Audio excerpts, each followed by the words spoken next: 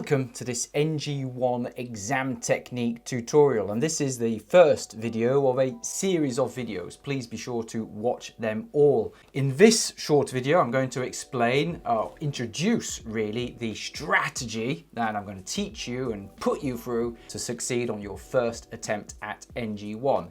Here I'm going to introduce the overall strategy, and I'd just like to point out that the standard is pretty high.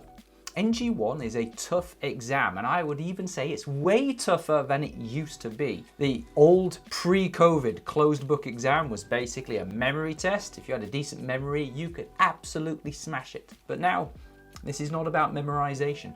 This is about demonstrating understanding. So to pass this exam, you have to, first of all, understand. Yes, so what does that mean? Well, we're going to be teaching you in our course materials a lot of the theory of health and safety management and law and management systems and culture and so on. And I like to use a lot of stories. So I'm going to tell you lots of stories, use lots of examples, lots of anecdotes. And in the course materials, there are loads of case studies as well. And understanding means that you have to apply that theoretical knowledge to a real life situation. You have to be able to see the theory in the real world situation. So it's about applying theory to scenarios, and that is what your exam is. It's a scenario-based exam. So if you want to pass this exam, you have to first of all understand the materials. I'm going to make some broad assumptions here. I'm going to assume that before you attempt this exam, you have invested enough time. So as part of your prep, we're looking at 40 to 60 hours of study time, and you have been thinking about how does all this apply to real life. You've been looking at the case studies, you've been thinking about your own workplace and previous workplaces where you've been at, and you've been trying to think about how does this apply to my experiences? What could the organization have done better? What did those organizations do well? So that's the first understanding. The second part of all of this is that you have to demonstrate that understanding. Duh. Duh, yeah, I know, duh. But it's like, understanding's not enough. You have to be able to show that you understand on exam day. So that is where the exam technique comes in. You see, examiners are not telepathic, they can only judge you on what you write. And if what you write is unclear, if it doesn't show that you get it, or if you're writing an answer that's completely off track from what the question's after, it's like, I'm afraid, no matter how great your understanding, you are not going to pass. Hey there, sorry to butt in. If you are finding this video useful, why don't you check out our other online NEBOSH and IOSH courses. We're accredited for the National General Certificate, the Incident Investigation Award, and the new Management of Stress Certificate. They're great courses, they're fun, they're effective, they're interactive, and you will wish that you signed up to Compassa before. Check us out at compassa.co.uk. So here what I'd like to do is walk you through a step-by-step process, and in subsequent tutorials I'm going to explain the detail here. Now the first thing I would like you to do is to download your NG1 PDF, and I've got an example of it here. This is in the extra resources section, which you can find there. This one here, downloadable NG1 PDF. There it is. And you are going to use this as a quick reference guide when answering your questions.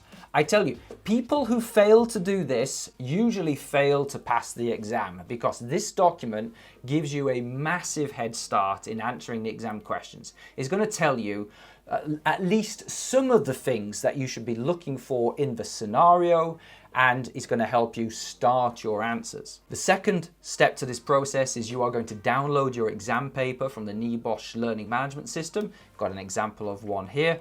And you're going to read through this scenario, and you're going to read through all of the questions very, very thoroughly. You're going to read it several times. You need to understand what the questions are asking for, and you need to have a really good understanding of everything that is in that scenario. And everything in the scenario is important. It's there for a reason. There are no distractions. Everything's there for a reason, and it helps you answer a question. Now, what I like to do, quick tip here, I would even go as far as printing multiple copies of this scenario. So we've got 6 questions and maybe some part questions. I would print off at least 6 copies. And why? Because what we're going to do is we're going to do something like this. We're going to highlight, here I haven't printed it, I've just highlighted it using Microsoft Word. We're going to highlight the relevant parts of the scenario for each question. So question 5, I might highlight various parts which are relevant, and I'm going to use those parts in my exam answers. Step 3, I am going to choose the order of the questions that I'm going to answer them in. And I recommend that you answer the easiest questions first and you leave the hardest questions till last. So I would read through this, and some questions you're gonna read it and you're gonna think, oh my goodness, like how am I gonna do that one? Right, leave that one till last. And then there will be a question where you think, actually, that's pretty easy.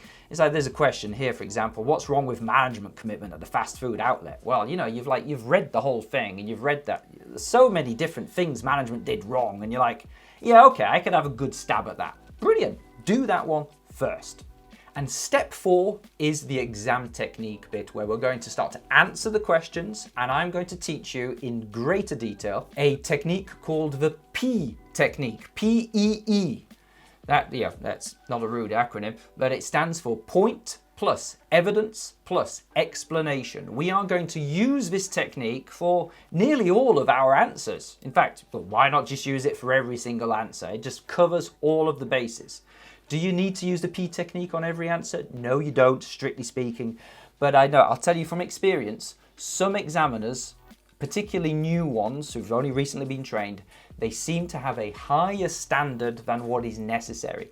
Despite all of the training, despite all the moderation, all the checks, all the auditing that NEBOSH do, they put a huge amount of effort into having consistent marking, in all fairness to them. This is not a criticism, but it's like human error. People make mistakes. There is some subjectivity in exam marking, and a lot of the newbie examiners do have a higher standard, which means that you might have to go a bit further than what is strictly necessary if you want to guarantee that you get the marks. So we're going to go through all of that in a lot more detail in these tutorials. So step 1 is you download your PDF workbook. Step 2, you are going to read the scenario and the exam questions thoroughly.